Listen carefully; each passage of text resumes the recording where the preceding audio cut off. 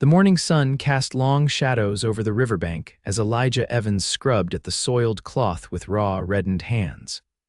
Sweat beaded on his brow despite the cool morning air of Colorado Territory, 1872. The gentle burble of the Arkansas River provided little comfort as he worked, his broad shoulders hunched over his task, arms deep in the frigid water that rushed past Kingston's eastern border. "Hush now, Samuel," he murmured to the 6-month-old infant who fussed in the makeshift cradle nearby, nothing more than a sturdy wooden box lined with the cleanest blanket Elijah owned. "Your pa's almost done here." The baby's whimpers grew louder, threatening to build into a full-blown wail that would echo across the otherwise peaceful landscape. Elijah glanced anxiously between his son and the pile of soiled diapers that remained. The week since Caroline's passing had been a blur of sleepless nights and desperate days as he struggled to care for their child alone.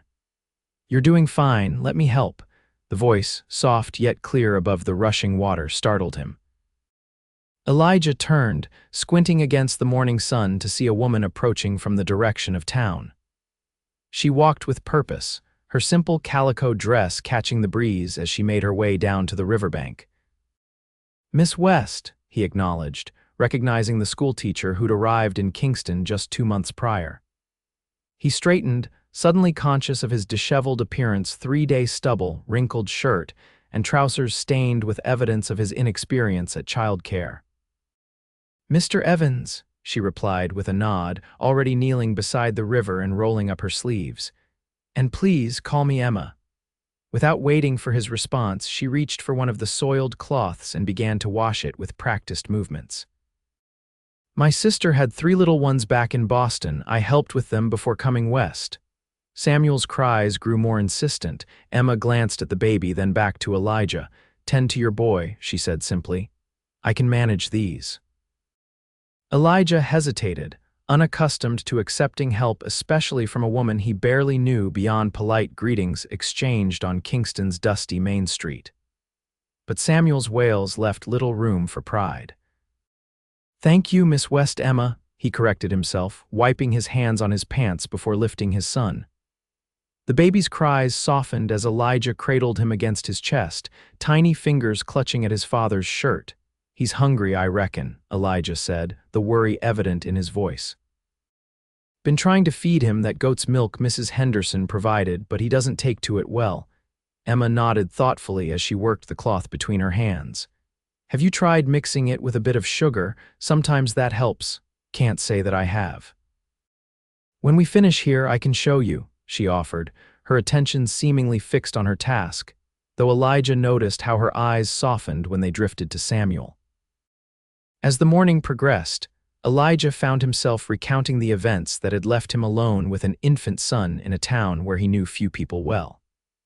He'd come to Colorado 3 years earlier with dreams of ranching, working odd jobs to save for his own land.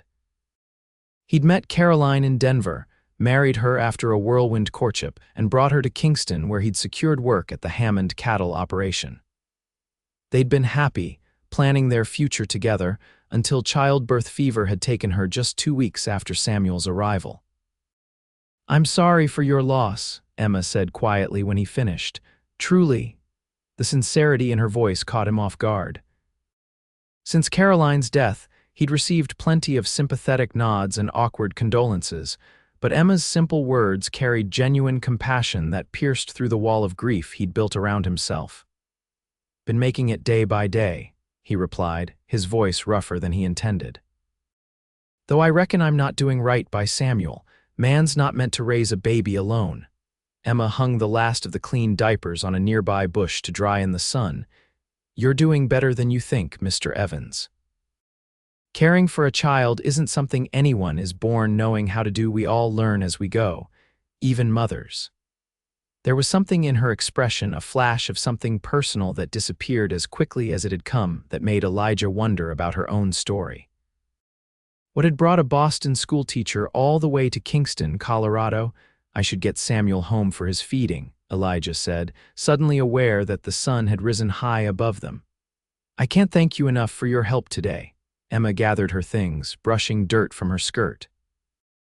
I meant what I said about the sugar. If you'd like, I could stop by later to show you. Elijah found himself nodding before he could think better of it. That'd be mighty kind. We're in the small cabin past Whitaker's smithy near the east edge of town.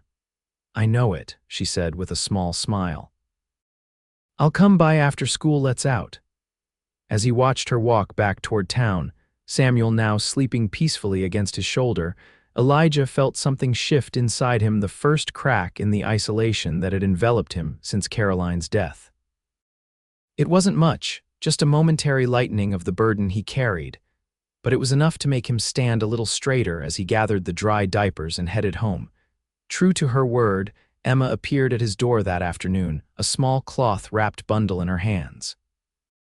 The schoolhouse had let out for the day, and the children's distant shouts could be heard as they scattered toward their homes.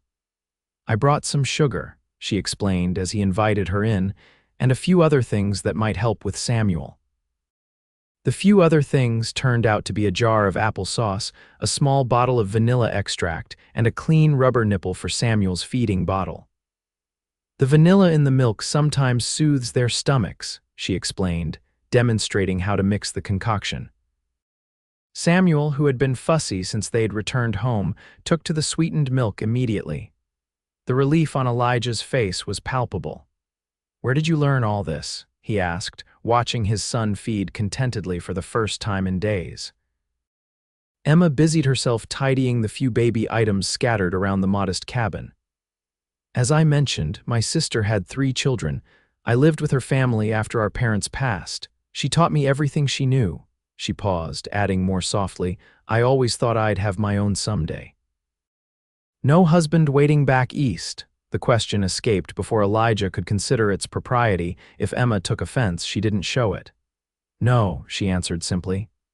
"I came west for a fresh start. Kingston needed a teacher and I needed distance from certain expectations in Boston." She didn't elaborate and Elijah didn't press. They shared the comfortable silence of 2 people who recognized in each other a certain solitude, different in origin perhaps, but similar in weight.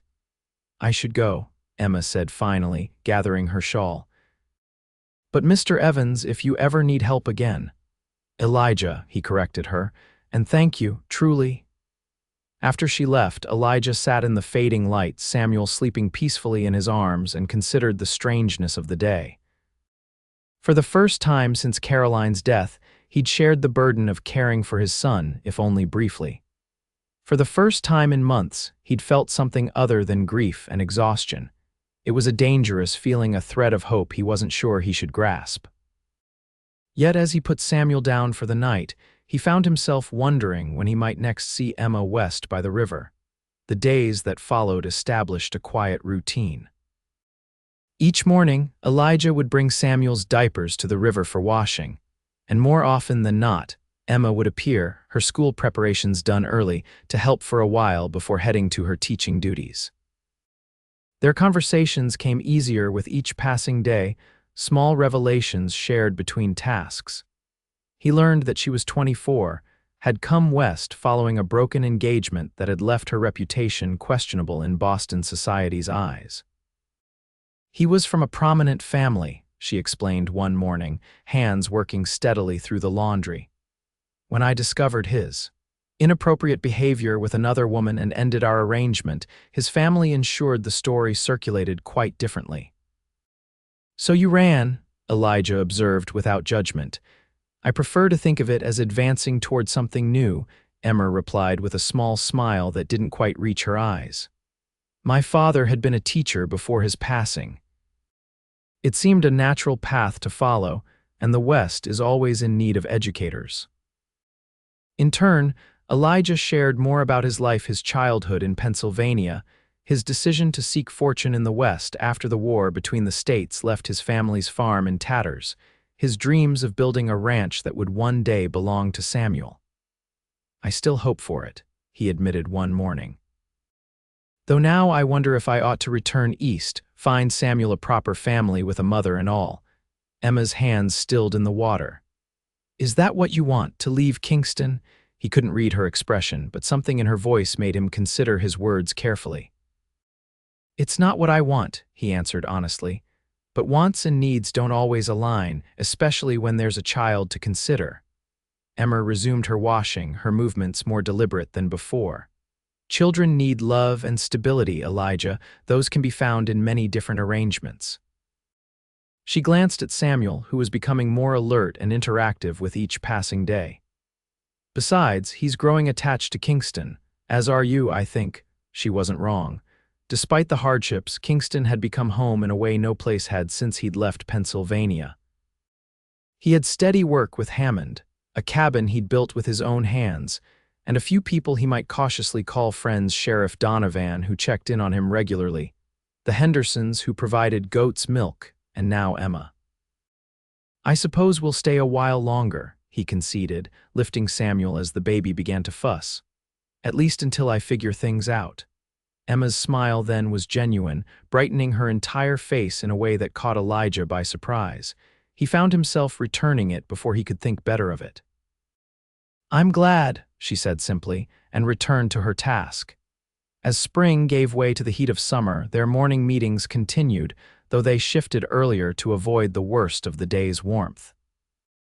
Emma began stopping by the cabin every few days as well, always with some small pretext: a new mixture for Samuel's bottle, a hand-me-down shirt from one of her students that her son had outgrown, a book she thought Elijah might enjoy during his evening hours after Samuel slept. The town took notice, of course. Kingston was too small for any regular interaction to go unremarked. Mrs. Peterson from the general store made a point of mentioning how convenient it was that the schoolteacher had taken such an interest in Elijah's situation. Sheriff Donovan was more direct, cornering Elijah outside the barber shop one Saturday afternoon. "Emma West is a fine woman," the lawman said without preamble, leaning against the hitching post. "Educated, respectable, been good for the town's children." "She has," Elijah agreed cautiously. "Town's been talking," Donovan continued, eyes fixed on the bustling Main Street. "About her visits to your place." Elijah stiffened. "Nothing improper happens, Sheriff. She's helping with Samuel, that's all." Donovan raised his hands in a placating gesture, never suggested otherwise. "Just wanted you to know people notice such things.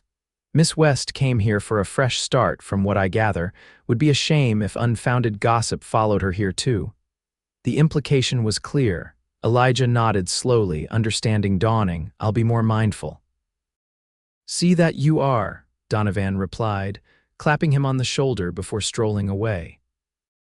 That evening, when Emma arrived with a freshly baked loaf of bread to try with Samuel, now that he's starting on solid foods, Elijah found himself maintaining a careful distance, their usual easy conversation replaced by his distracted responses and formal address. Emma noticed, of course. After Samuel had been put down for the night, she confronted him directly. "Have I offended you in some way, Mr. Evans?" The return to his surname stung more than Elijah expected.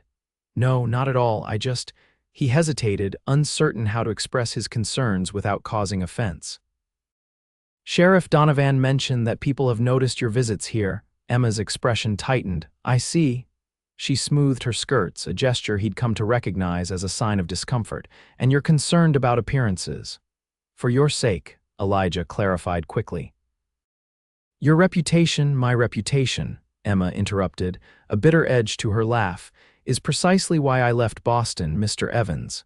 I came west to escape the confines of society's judgment on what a woman should or should not do." Her eyes met his, challenging. "I help you and Samuel because I choose to, not because it's expected or proper." "I didn't mean to offend," Elijah said, taken aback by her sudden fire. "I only meant to protect. I don't need protection," she cut in. "I need to be allowed to make my own choices without men deciding what's best for me." She stood abruptly, gathering her shawl. "If my visits here are causing you concern, I won't impose any longer." Before he could respond, she was out the door, leaving Elijah standing alone in his cabin, the sound of her retreating footsteps fading into the night. The following morning, Emma didn't appear at the river, nor the morning after that. A week passed with no sign of her except at a distance, walking to and from the schoolhouse, her head held high, her gaze never drifting toward his cabin. Elijah felt her absence acutely, more than he had expected or was comfortable admitting. Samuel seemed to miss her too, growing fussy during the times she would normally visit. It was Mrs. Henderson who finally broke the silence on the matter, arriving at Elijah's door with her regular delivery of goat's milk. "Haven't seen the schoolteacher around lately," she observed, her tone deliberately casual as she set the milk jug on the table. Elijah focused on settling Samuel in his cradle. "Miss West is busy with school matters, I expect." Mrs. Henderson made a noncommittal sound. "Funny thing, reputation," she said after a moment.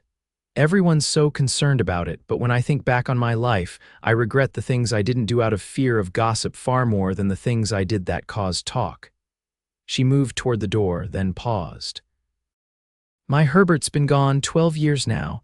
If someone had offered to help me the way that young woman's helped you, I wouldn't have turned it away, no matter what the town whispered." With that parting wisdom, she left, the door closing softly behind her. That night, Elijah sat by the fire long after Samuel had fallen asleep, Mrs. Henderson's words turning in his mind. The cabin felt emptier than it had before Emma had entered their lives. He realized, with a clarity that startled him, that he missed more than just her help with Samuel. He missed her conversation, her quiet laughter, the way she saw through his gruff exterior to the uncertainty beneath. Dawn found him at the river earlier than usual, Samuel bundled warmly against his chest. He worked quickly, washing the diapers with the technique Emma had shown him. As the sun crested the eastern hills, he heard footsteps approaching and looked up to see her standing at the river's edge, hesitation evident in her posture. "Miss West," he acknowledged, standing to his full height. "Mr. Evans," she returned, her voice carefully neutral. "I see you've become quite proficient." "Had a good teacher," he replied, attempting a smile. When she didn't immediately respond, he added more softly, "I've missed that teacher." Something in Emma's expression softened. "I've missed my students," she admitted, her eyes drifting to Samuel, who gurgled happily at the sight of her. "Both of them." Elijah took a deep breath. "I was wrong to worry about what others might think. You were right, you make your own choices. I had no right to question them." "No, you didn't," Emma agreed, but there was no anger in her voice now. "Though I understand your concern, this town is your home and Samuel's. You want to protect that." "It's your home too," Elijah said, surprising himself with the conviction in his voice. "And if anyone in Kingston has a problem with you visiting me and Samuel, they can take it up with me directly." A smile tugged at Emma's lips. "That's quite a declaration, Mr. Evans." "Elijah," he corrected her, extending a still damp hand. "Friends use first names, I believe." Emma regarded his outstretched hand for a moment before taking it in her own. "Elijah," she agreed, and the sound of his name in her voice sent an unexpected warmth through him. "And Samuel," she added, reaching to touch the baby's cheek. "I've brought something for him. A new toy the carpenter made for my schoolhouse, but I thought Samuel might enjoy it more." She produced a small wooden rattle from her pocket, the smooth pine polished to a soft sheen. Samuel reached for it immediately, his tiny fingers wrapping around the handle as he shook it with surprising vigor. "He's strong," Emma observed with pride that matched any mother's. "Gets stronger every day," Elijah agreed, watching his son with a father's unwavering devotion. "Much like his pa, who's learning that strength sometimes means knowing when to accept help." Their eyes met over Samuel's head, an understanding passing between them that needed no words. As they finished the washing together, the rhythm of their work falling into its familiar pattern, Elijah felt a sense of rightness settle over him. Whatever the town might whisper, whatever challenges lay ahead, in that moment by the river with Emma beside him and Samuel in his arms, he was exactly where he needed to be. As summer ripened into autumn, Kingston underwent its annual transformation. The aspen trees flanking the nearby mountains turned brilliant gold, contrasting sharply with the evergreens that dominated the landscape. Mornings grew crisp, the river water so cold that Emma insisted Elijah use heated water from his stove for the washing, rather than subjecting his hands to the frigid current. "You'll get frostbite before winter even properly arrives," she scolded one October morning, finding him at the river despite her previous advice. Samuel needs his father with all 10 fingers intact. Elijah flexed his reddened hands with a rueful smile. Woman, you're bossier than my sergeant in the Union Army. And you're more stubborn than my most difficult student, she retorted, but her eyes danced with amusement as she helped him gather the half-washed laundry. Inside with you, we'll finish at your cabin. Their ease with one another had blossomed over the months since their reconciliation. Emma now spent most evenings at Elijah's cabin, arriving after school to help with Samuel and often staying through supper, which they prepared together. She taught Elijah to cook simple meals beyond the basic fare he'd managed on his own, and in return, he'd built her bookshelves for the growing collection of texts she ordered for her students. The town's initial gossip had eventually subsided into a general acceptance of their arrangement. Sheriff Donovan had made a point of stopping by during one of Emma's visits, his presence serving as a tacit approval that quieted much of the remaining talk. Mrs. Henderson had been more direct in her support, bringing extra milk and occasionally a pie or stew for the 3 of you, as she put it. Only Reverend Phillips maintained his disapproval, making pointed remarks during Sunday services about propriety and the appearance of sin that left little doubt as to their target. Elijah, who had resumed attending church primarily so Samuel would be raised with faith, weathered these comments stoically. Emma, though she flinched at first, eventually developed the ability to meet the Reverend's gaze directly during his more pointed sermons, a quiet defiance that earned her Elijah's admiration. "It doesn't bother you?" he asked one Sunday as they walked back from services, Samuel bundled against the autumn chill in Elijah's arms. Emma considered her answer carefully. "It bothers me that a man whose calling is to spread God's love chooses instead to foster judgment and division," she said finally. "But no, his opinion of our friendship doesn't trouble me. I know my own heart and intentions." Her certainty steadied him, as it often did. In the months since Caroline's death, Elijah had slowly rebuilt his life around Samuel and his work.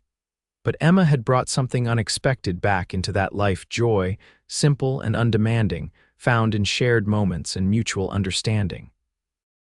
It was during one such moment, as they sat before the fire after Samuel had been put to bed, that Emma broached a subject they'd carefully avoided. "Thanksgiving is approaching," she began, her attention seemingly fixed on the mending in her lap. "The school board has given me the week off to visit family, as is customary." Elijah felt a sudden hollowness at the thought of her departure, even temporarily. "Will you be going back east then?" Emma shook her head. "I have no family left in Boston worth visiting." She hesitated before continuing, "But I thought perhaps. That is, I wondered if you and Samuel might join me for a proper Thanksgiving dinner here." The invitation hung between them, weighted with significance beyond a simple meal. Since Caroline's death, Elijah had marked no holidays, allowing them to pass in the blur of daily survival. The thought of celebrating anything had seemed wrong somehow, a betrayal of his grief. "You don't have to answer now," Emma added quickly, misinterpreting his silence. "It was merely a thought." "No," Elijah found his voice. "I mean, yes, we'd be honored to join you, Samuel and I." The smile that lit Emma's face warmed him more thoroughly than the crackling fire. "Wonderful, I'll plan something special, not too elaborate, of course, but—" As she began describing potential dishes and preparations, Elijah watched her animated expressions with a growing awareness that had been building for weeks. The realization came not as a shock, but as a confirmation of something his heart had recognized long before his mind caught up. He was falling in love with Emma West. The thought should have frightened him. It had been barely 9 months since Caroline's death, too soon, by any proper standard, to contemplate such feelings for another woman. Yet as he observed Emma's hands moving gracefully through her mending, listened to her voice rising and falling with enthusiasm for their shared holiday, he knew with certainty that Caroline, who had valued love and family above all else, would not begrudge him this unexpected gift.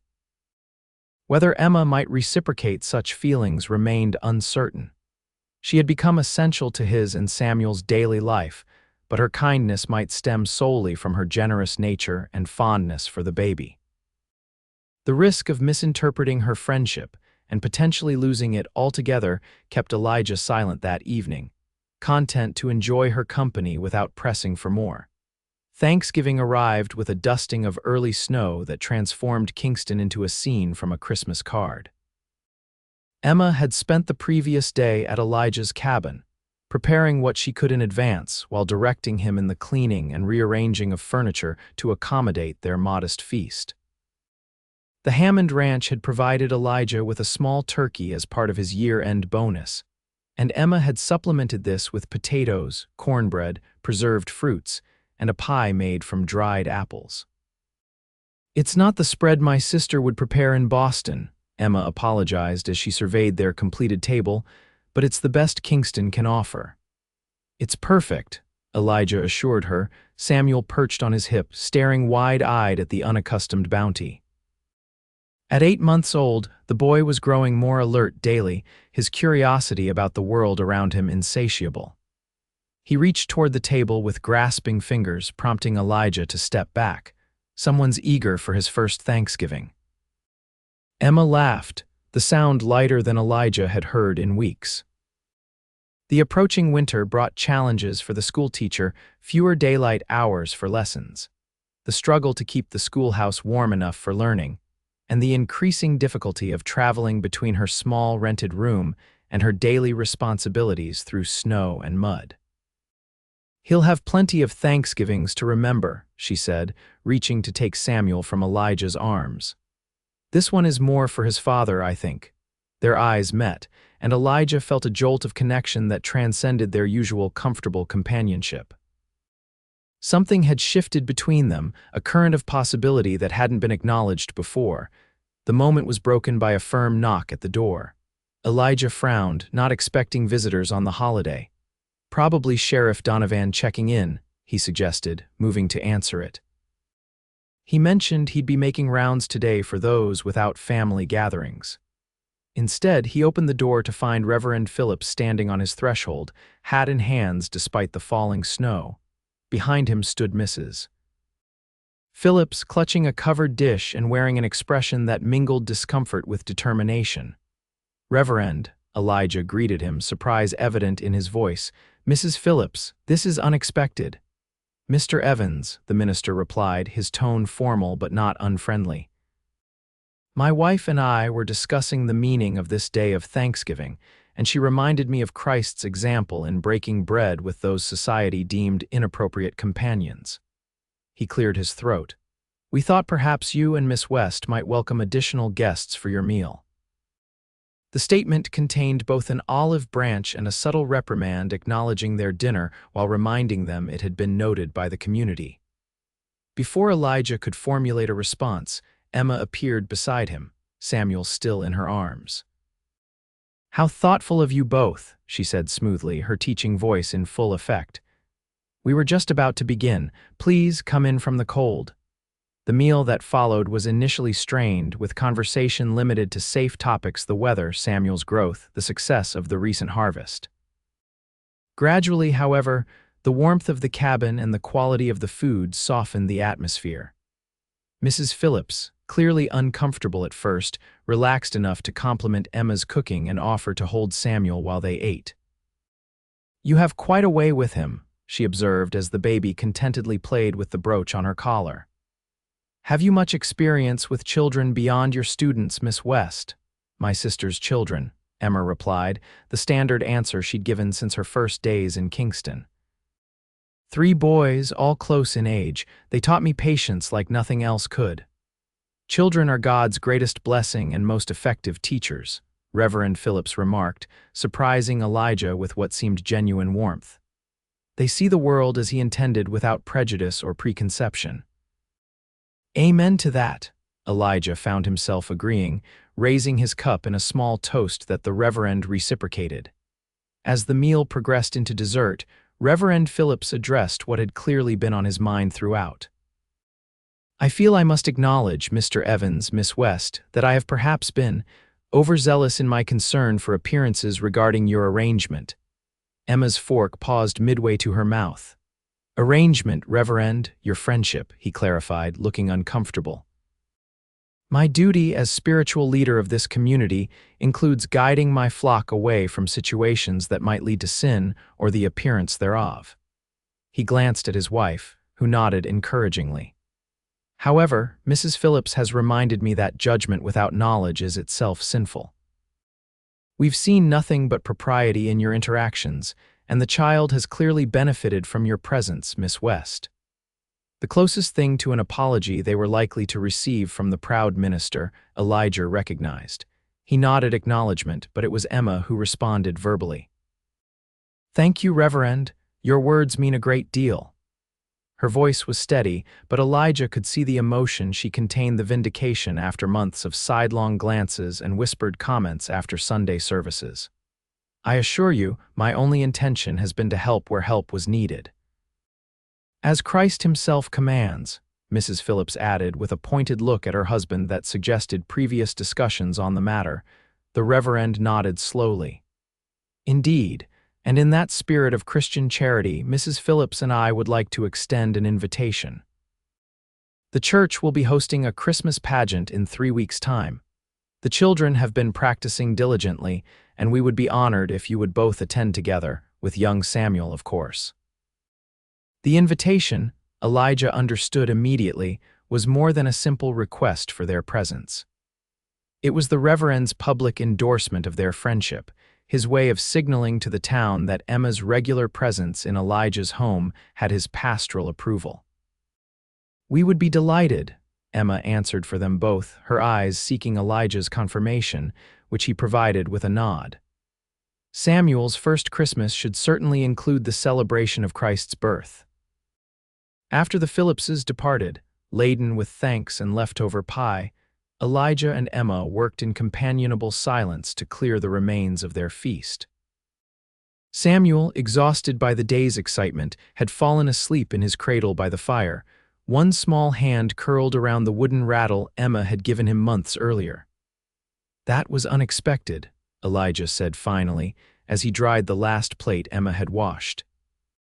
"A Thanksgiving miracle," she agreed with a small smile, "though I suspect Mrs. Phillips deserves most of the credit. Still, it means something, the Reverend's invitation. The town follows his lead in matters of propriety." Emma's hands stilled in the washing basin. "Does it matter so much to you what the town thinks?" Elijah considered the question seriously. "Not for myself," he answered honestly, "but for Samuel, yes, and for you, your position at the school, your standing in the community." "My position is secure," Emma assured him, drying her hands on her apron. "The school board renewed my contract through next year just last week. As for my standing—" She hesitated, then continued more softly, "I care only for the good opinion of those whose judgment I respect." "That number is smaller than you might think." Their eyes met across the small kitchen, and Elijah found himself moving toward her before he'd consciously decided to do so. "And am I among that number?" he asked, his voice rougher than intended. "You know that you are," she replied, her gaze steady despite the color rising in her cheeks. "Emma," he began, uncertain how to express the feelings that had been building within him for months. "These past seasons, having you here with Samuel and me, it's become more than I ever expected." "For me as well," she admitted, her voice barely above a whisper. Elijah took a deep breath, gathering his courage. "When Caroline died, I thought that part of my life was over the part where I might have a partner, someone to share burdens and joys with. I focused only on surviving each day, on keeping Samuel safe and fed." Emma nodded, her expression softening with understanding. "But then you appeared at the river," he continued, offering help when I needed it most. "And gradually, without my noticing at first, you became essential not just to Samuel's well-being, but to mine." He swallowed hard. "I find myself wondering what right I have to feel this way so soon after losing her, and yet—" "Elijah," Emma interrupted gently, placing her hand over his where it rested on the table between them. "Life doesn't always follow the paths we expect. Sometimes joy follows sorrow more quickly than seems proper, but that doesn't make it any less real or deserved. Her words unlocked something in him, permission he hadn't realized he was seeking. I care for you, Emma, more than as a friend or Samuel's caretaker. I understand if you don't share those feelings or if it's too soon. Or she silenced him by rising on her toes and pressing her lips to his, a brief, gentle contact that nevertheless sent his heart racing. When she pulled back, her eyes were bright with unshed tears. I care for you too, she said simply. I have for some time. Relief and joy surged through him, but he restrained himself from pulling her closer, aware that this moment required care. I don't want to rush you, or Samuel, or myself, for that matter. But I wanted you to know how I feel, how important you've become to us both. Emma nodded, understanding his caution. We have time, Elijah. There's no need to decide everything tonight. As if punctuating their agreement, Samuel stirred in his cradle, whimpering softly in his sleep. Both adults turned toward the sound, their shared concern for the child creating a moment of perfect unity that spoke more clearly than any declaration could have. Later, as Elijah walked Emma back to her lodgings through the gently falling snow, their gloved hands found each other naturally, fingers interlacing as they navigated Kingston's quiet streets. No words were needed to express the change between them, the acknowledgement of feelings that had been growing since that first morning by the river. At her door, she turned to him with eyes that reflected the starlight. Happy Thanksgiving, Elijah.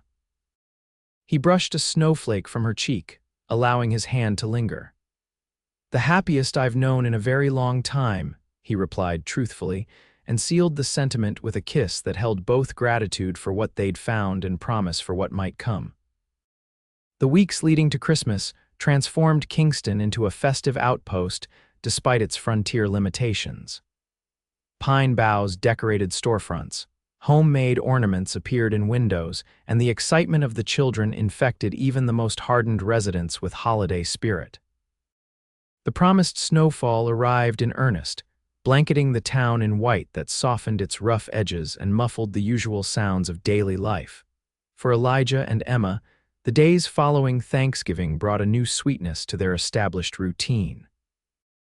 Their feelings, now acknowledged, allowed for small gestures. Previously withheld his hand at the small of her back as they walked, her fingers brushing his hair from his forehead when he bent over Samuel, shared smiles that carried meanings only they understood. They were careful, still, mindful of the town's watchful eyes despite the reverend's tacit approval. Emma maintained her separate lodgings, though she spent most evenings at Elijah's cabin, arriving after school to help with Samuel and departing before the town settled completely for the night. If their partings now included lingering kisses on his doorstep, hidden from view by the darkness and falling snow that remained their private joy, the Christmas pageant approached with gathering excitement. Emma found herself involved in preparations, despite not being a regular church attendee, her skills as a teacher making her invaluable in organizing the children's performances. Elijah, watching her direct rehearsals with firm kindness one afternoon when he'd brought Samuel to the church, felt a surge of pride that surprised him with its intensity. She's quite remarkable, Reverend Phillips observed, appearing beside him as Emma coaxed a nervous young shepherd through his lines. Kingston was fortunate to secure a teacher of her caliber. We were indeed, Elijah agreed, bouncing Samuel gently as the baby watched the proceedings with wide-eyed fascination. The Reverend hesitated before adding, Mrs. Phillips and I have noticed your growing attachment to Miss West. Elijah tensed slightly, uncertain whether another sermon on propriety was forthcoming. Is that a problem, Reverend? On the contrary, the older man replied, surprising him. We believe it's a blessing for you, for the child, and for Miss West herself. A woman alone in these territories faces challenges that even the strongest spirit may find daunting. Before Elijah could respond, the minister continued, his voice lowering confidentially. If your attachment should progress toward more permanent arrangements, you should know that the customary waiting period for widowers might be flexible given your circumstances with the child. Elijah stared at the reverend, momentarily speechless. The man was essentially giving his blessing to a potential marriage, something Elijah had scarcely allowed himself to consider despite his acknowledged feelings for Emma. "That's very progressive of you, Reverend," he managed finally. Philip smiled slightly. "The Lord works in mysterious ways, Mr. Evans. Sometimes tragedy opens doors to unexpected blessings. It would be presumptuous of me to stand in the way of what he has clearly orchestrated." With a final nod, the Reverend moved away to address a squabble among the child angels, leaving Elijah to contemplate this unexpected endorsement and its implications. The pageant itself, held on Christmas Eve, proved to be the highlight of Kingston's holiday season. The small church overflowed with residents, the pews packed tight with families dressed in their Sunday best, despite the practical challenges of maintaining finery in a frontier town. Samuel, dressed in a new outfit Emma had painstakingly sewn from fabric ordered from Denver, sat contentedly on Elijah's lap, his eyes following the children's performances with rapt attention. Emma joined them after overseeing the final scenes, slipping into the space Elijah had saved beside him. Her cheeks were flushed from exertion and excitement, her eyes bright in the candlelight that illuminated the church. "You've worked wonders," he whispered as the children sang the closing carol. "They're transformed. Children always rise to expectations," she replied softly. They simply needed someone to believe they could do it. As the service concluded and families began gathering their belongings, Mrs. Henderson stopped by their pew, her shrewd eyes taking in the tableau they presented, Elijah holding Samuel, Emma beside them, the three forming a natural family unit that felt right to everyone who observed it. "Will you be joining us at the community supper?" the older woman asked. "The hall's been decorated beautiful, and there's enough food to feed twice our number." Emma glanced at Elijah questioningly. They had planned a quiet Christmas Eve at his cabin with gifts to be exchanged after Samuel was asleep. "Perhaps for a short while," Elijah decided, reading her expression. "Samuel should experience his first proper Christmas celebration before he gets too tired." The community hall, normally a spare, functional space used primarily for town meetings and occasional dances, had indeed been transformed. Pine boughs and red ribbons adorned every available surface, handmade paper snowflakes hung from the ceiling, and tables groaned under the weight of contributed dishes. A small band played familiar carols in the corner, and children darted between adults, their excitement at fever pitch despite the late hour. "It's magical," Emma breathed as they entered, Samuel's eyes widening at the lights and decorations. For the next hour, they circulated through the gathering, accepting well wishes and compliments on Samuel's growth. Elijah noticed a subtle but significant change in how the townspeople addressed them, not as separate individuals who happened to arrive together, but as a unit, a family in all but name. Even those who had been most critical of their friendship months earlier now offered genuine smiles and inclusive conversations. "The town has decided," Emma observed quietly as they found a moment alone near the punch bowl. "We've been approved," Elijah chuckled at her dry tone. "So it seems."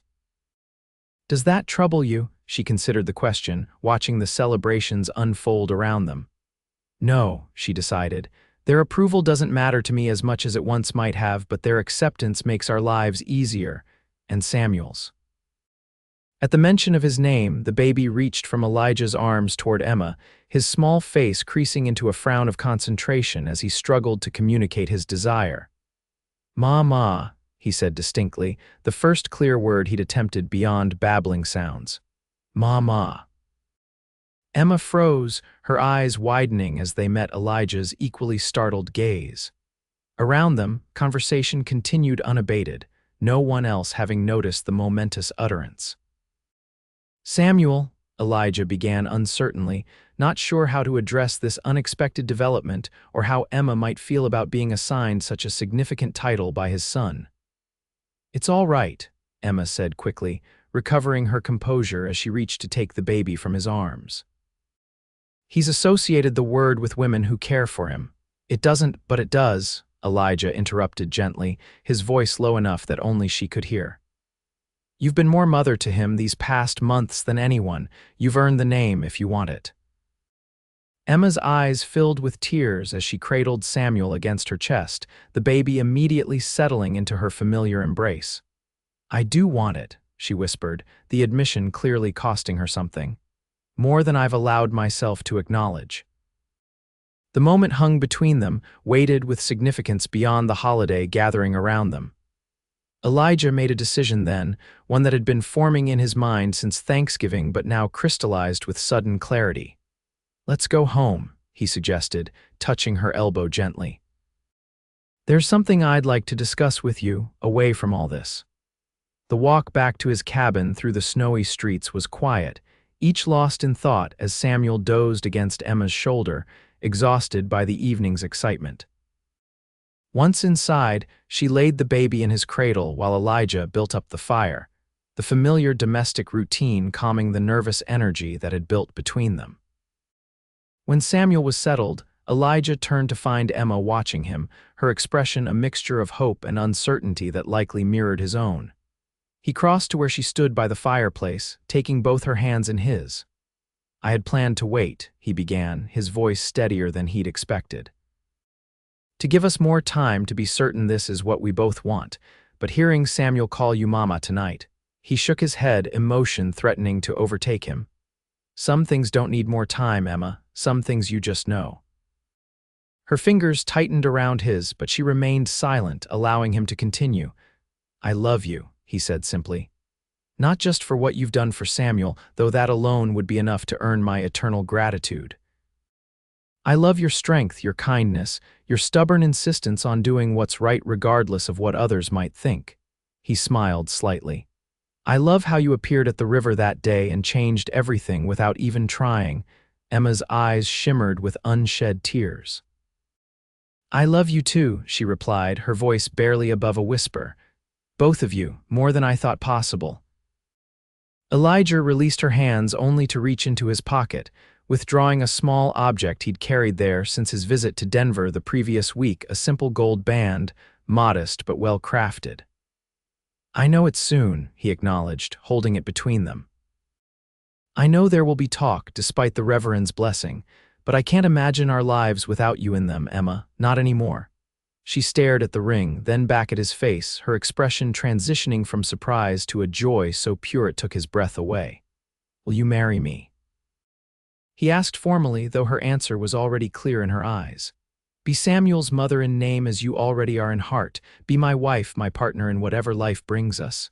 Yes, she breathed, reaching for him rather than the ring. Yes, Elijah, to all of it.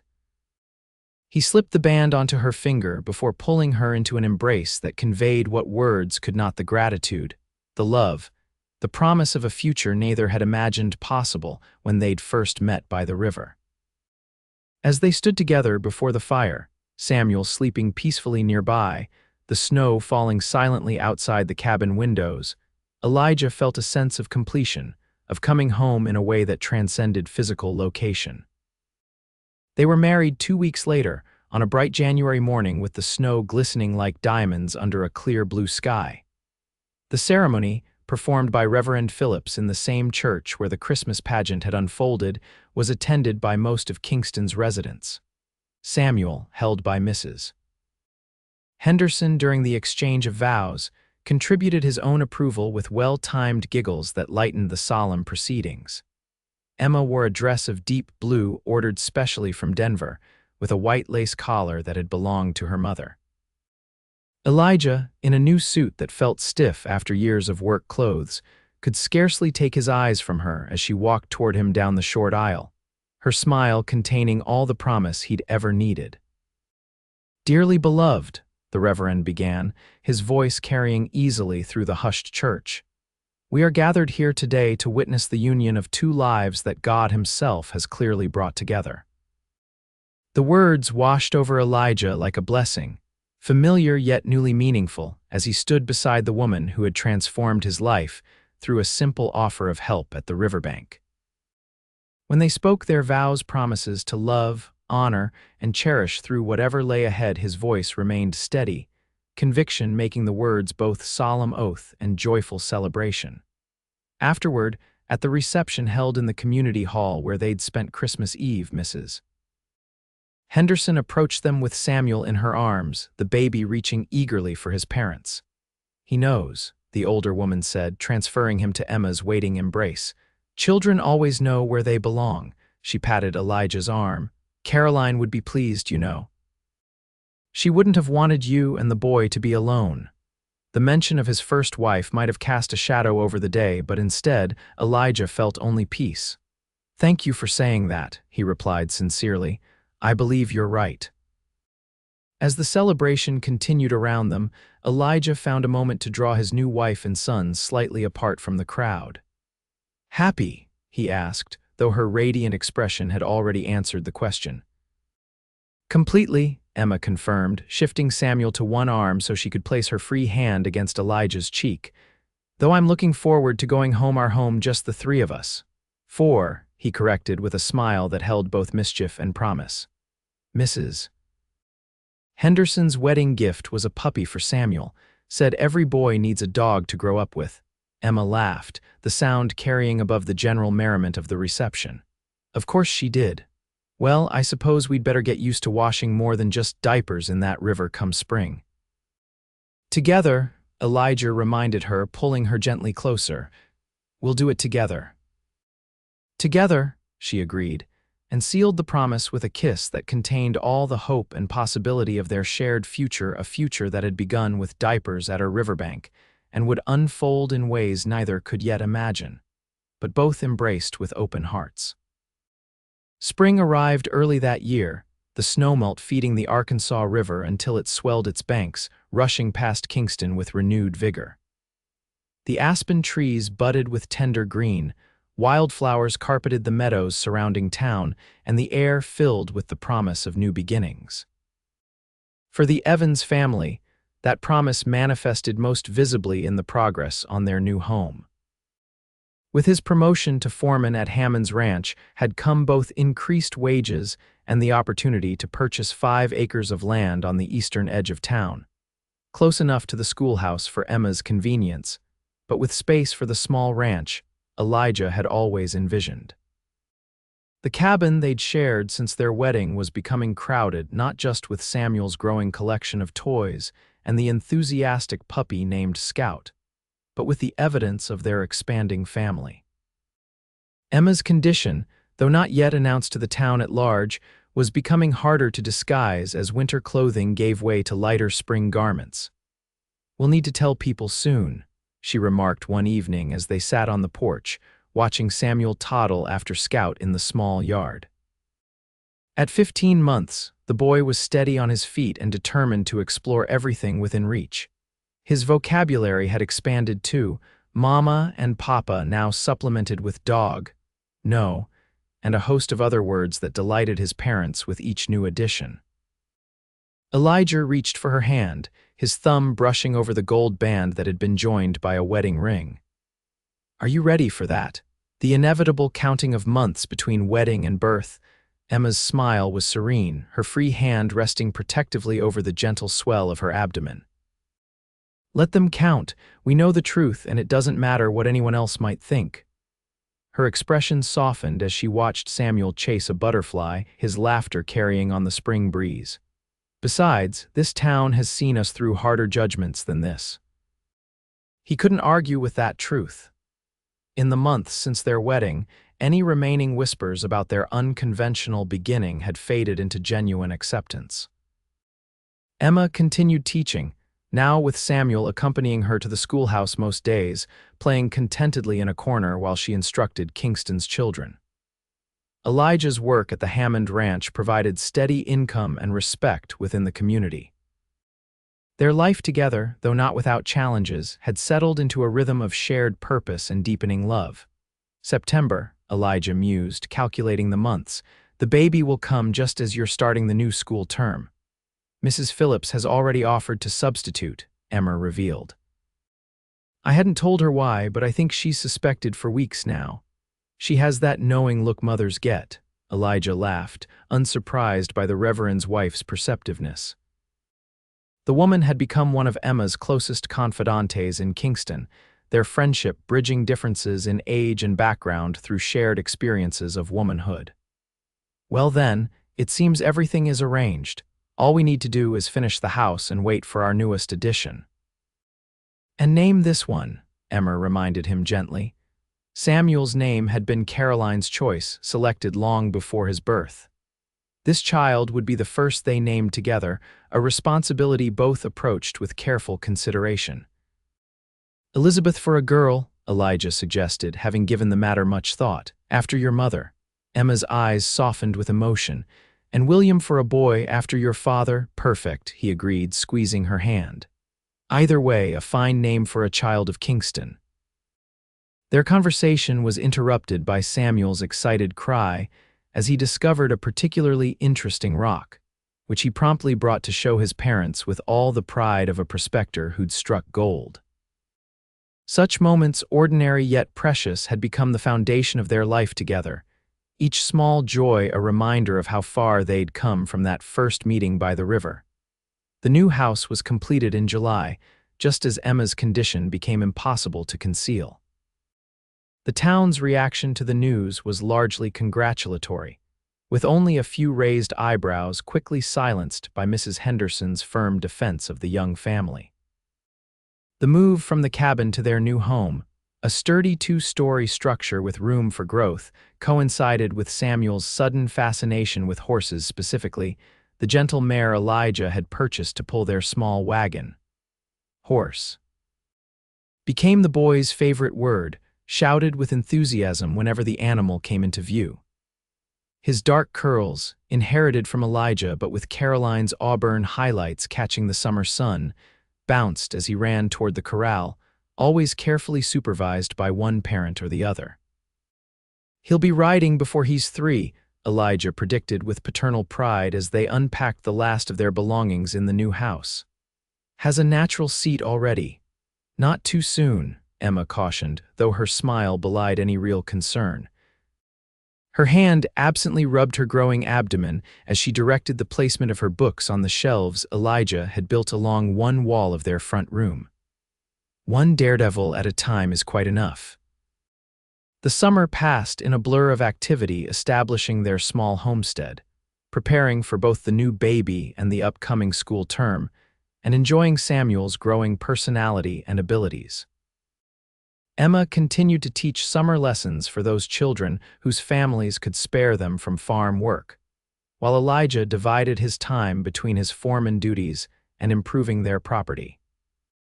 It was during this busy season that a letter arrived from Boston, addressed to Emma in elegant handwriting neither recognized. She opened it with curious fingers as Elijah prepared their evening meal, Samuel already asleep after an exhausting day of helping his father mend fences. Her soft gasp drew his immediate attention. What is it? Bad news. Emma shook her head slowly, her eyes scanning the pages with increasing wonder. It's from my sister, Margaret. We haven't spoken in nearly 3 years, not since I left after breaking my engagement. She looked up, stunned. She's coming to Colorado with her children. All of them? Elijah asked, remembering Emma's stories of her sister's 3 rambunctious boys. Yes, all 3, and without her husband. Emma read further, her expression shifting from shock to grim understanding.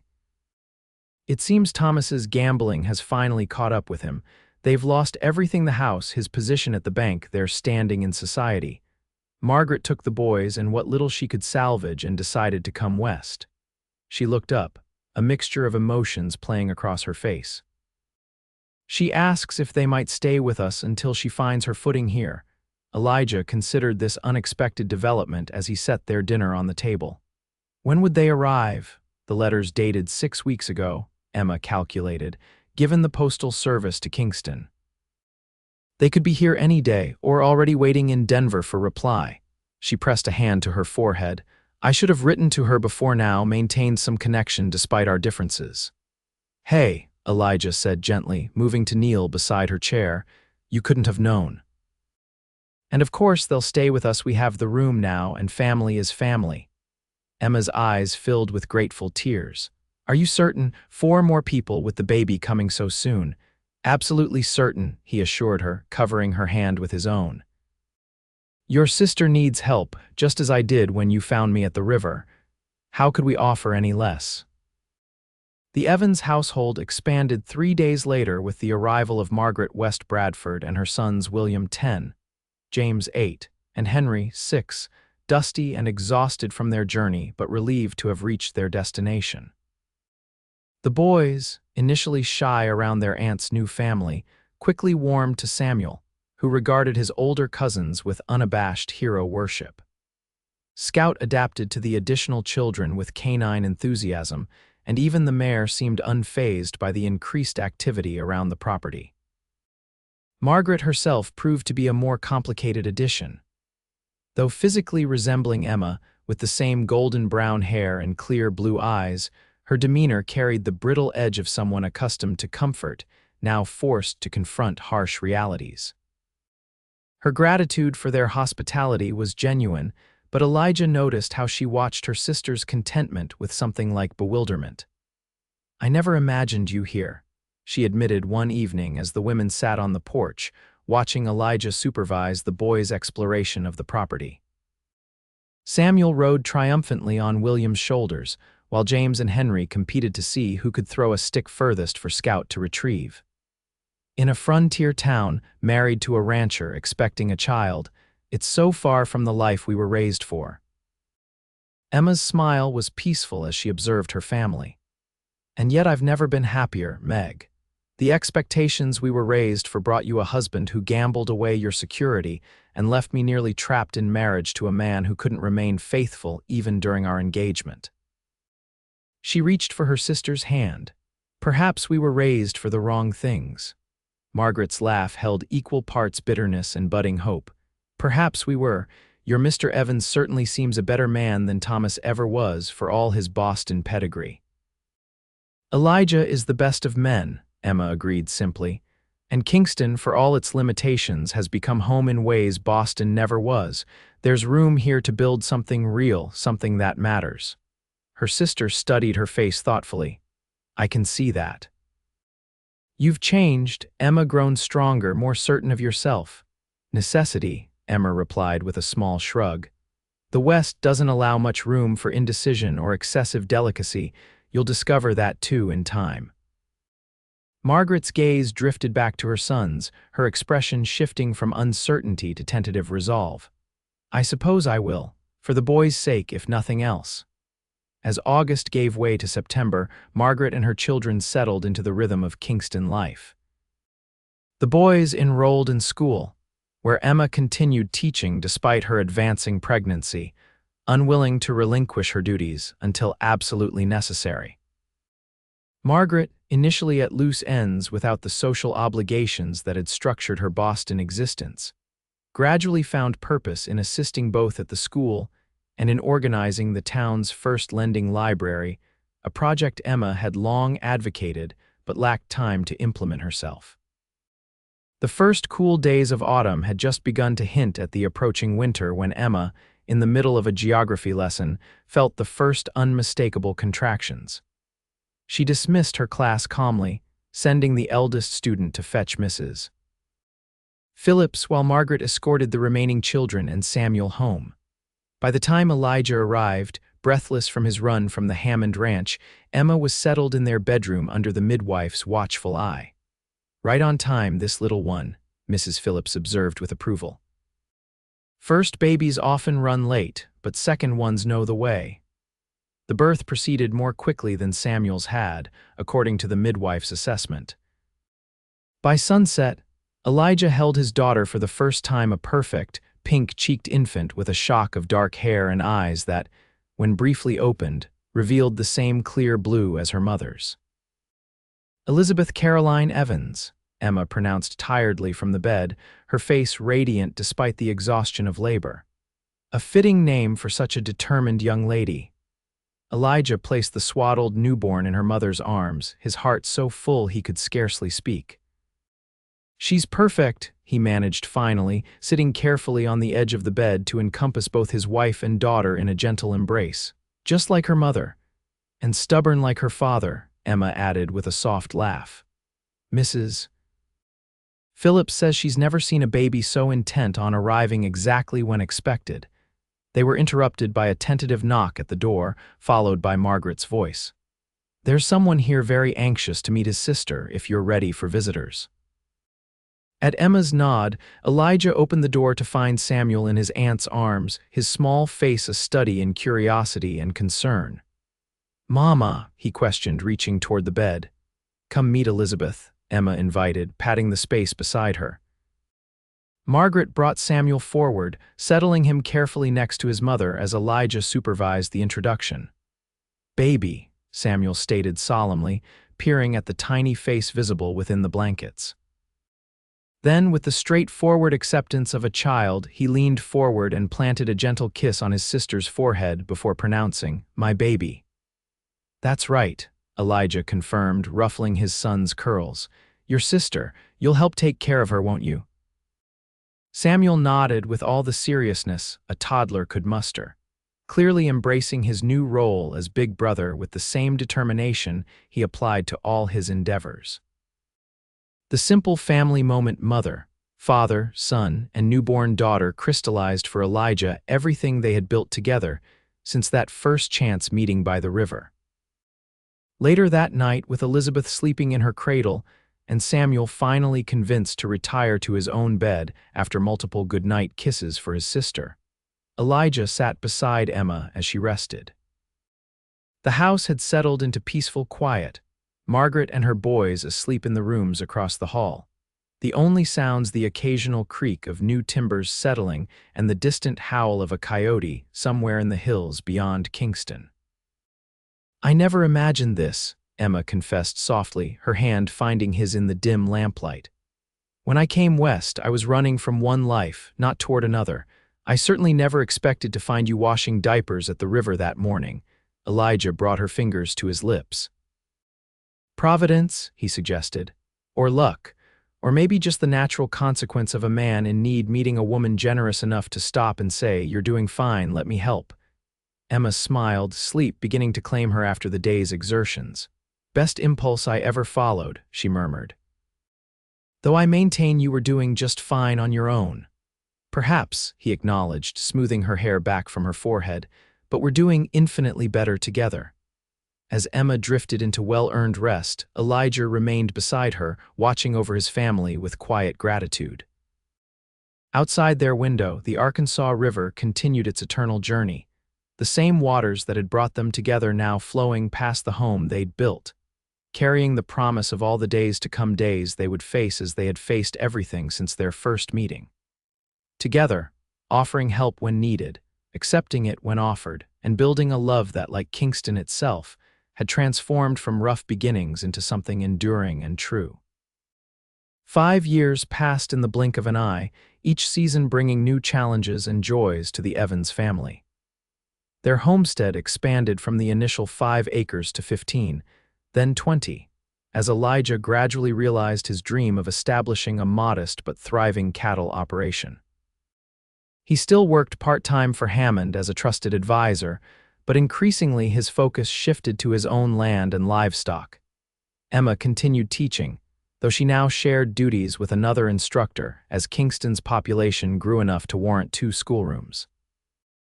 Elizabeth, or Lizzie, as she was universally known, had inherited her mother's quick mind and her father's determined nature, making her a formidable personality despite her young age. Samuel, at 6, had developed into a thoughtful boy who moved easily between the worlds of ranch work with his father and academic pursuits with his mother. Margaret and her sons had remained in Kingston, though no longer in the Evans household. After her first year in Colorado, Margaret had accepted a position managing the newly established hotel on Kingston's Main Street, a role that came with living quarters for her family and utilized her natural organizational abilities and social graces. Her oldest, William, now apprenticed part-time with the town's blacksmith, while James and Henry continued their schooling under their aunt's watchful eye. The town itself had grown considerably since Elijah and Emma's first meeting. The railroad had finally extended a line through Kingston, bringing increased commerce, new residents, and regular mail service that kept them better connected to the wider world. The rough-edged frontier settlement was gradually transforming into a proper town, with boardwalks replacing dirt paths along Main Street, and talk of establishing a proper town hall in the coming year. Through all these changes, one tradition remained constant. Whenever possible, Elijah and Emma still visited the river together. Sometimes with their children, sometimes alone, they would return to the spot where they had first met, the memory of that encounter serving as a touchstone in their busy lives. It was during one such visit, on the 5th anniversary of their wedding, that Elijah presented Emma with a specially commissioned gift, a small silver locket containing miniature portraits of Samuel and Elizabeth on one side, and on the other, a tiny preserved sprig of river willow from the bank where they'd first spoken. "To remember where we began," he explained as she examined it with glistening eyes, the afternoon sun glinting off the polished silver. "Though I suspect neither of us is likely to forget." "Never," Emma agreed, allowing him to fasten the chain around her neck. "Though sometimes I can scarcely believe that nervous widow washing diapers and the confident rancher you've become are the same man." Elijah smiled, taking her hand as they watched Samuel and Elizabeth playing along the riverbank under the watchful eye of Scout, now a dignified elder canine moving more slowly but still devoted to his young charges. "We've both changed. Life has a way of shaping us, especially when we're fortunate enough to find the right companion for the journey." Emma leaned against his shoulder, her free hand touching the locket that now rested against her heart. "Do you ever wonder what might have happened if I hadn't stopped that day? If I'd simply walked past on my way to the schoolhouse?" "Sometimes," Elijah admitted. "But then I remember how determined you were once you'd made up your mind to help. I suspect if not that day, you'd have found another opportunity to insert yourself into our lives." Emma laughed, the sound mingling with the river's constant murmur. "Perhaps, though I maintain it was Samuel who truly captured my heart first, such a serious little baby, watching me with those big eyes as if assessing whether I was qualified to assist his father." "He approved immediately," Elijah assured her. "Children know quality when they see it, as Mrs. Henderson always says." Their reminiscence was interrupted by Elizabeth's excited shout, as she discovered something interesting in the shallow water, a perfectly smooth stone that caught the light like a gem. Samuel, every inch the protective older brother, despite occasionally finding his sister's enthusiasm exhausting, helped her bring the treasure to show their parents. "Look, Mama, it's magic," Elizabeth declared, her small face alight with wonder as she presented the ordinary river rock with the gravity of someone offering the crown jewels. Emma accepted it with appropriate solemnity. "It certainly is beautiful, Lizzie. What a wonderful find." "Samuel helped," Elizabeth added loyally, glancing up at her brother with undisguised admiration. "He knew where to look." Samuel shrugged with the studied nonchalance of a 6-year-old trying to appear unaffected by praise. "It's just a rock," he said, though his pleasure at his sister's acknowledgement was evident in the slight flush of his cheeks. "But it's a good one," he conceded after a moment. "The very best," Elijah agreed, ruffling his son's hair. "Why don't you two see if you can find more while Mama and I rest here a while?" As the children returned to their exploration, carefully supervised by Scout, who took his responsibilities seriously despite his advancing years, Elijah drew Emma closer against the slight chill of the autumn afternoon. "Happy anniversary, Mrs. Evans." "Happy anniversary, Mr. Evans," she returned, tipping her face up for a kiss that, even after 5 years of marriage, still held the warmth and promise of their first embrace. "Here's to many more by this river." "Many more," he agreed, sealing the wish with another kiss before settling back to watch their children, the visible proof of the love that had grown from that first simple offer of help at the riverbank. Behind them, Kingston bustled with the activity of a growing frontier town. Before them, the Arkansas River continued its timeless journey. And between these constants, the Evans family built their life together, one day, one moment, one shared joy at a time. And if sometimes, in the quiet moments before dawn when the house was still peaceful with sleep, Elijah found himself remembering a young widow at her riverbank struggling with diapers and grief. It was only to marvel at how far that journey had brought him to Emma, to Elizabeth, to the family and life they had created together on the banks of the river that had first drawn them to each other's side.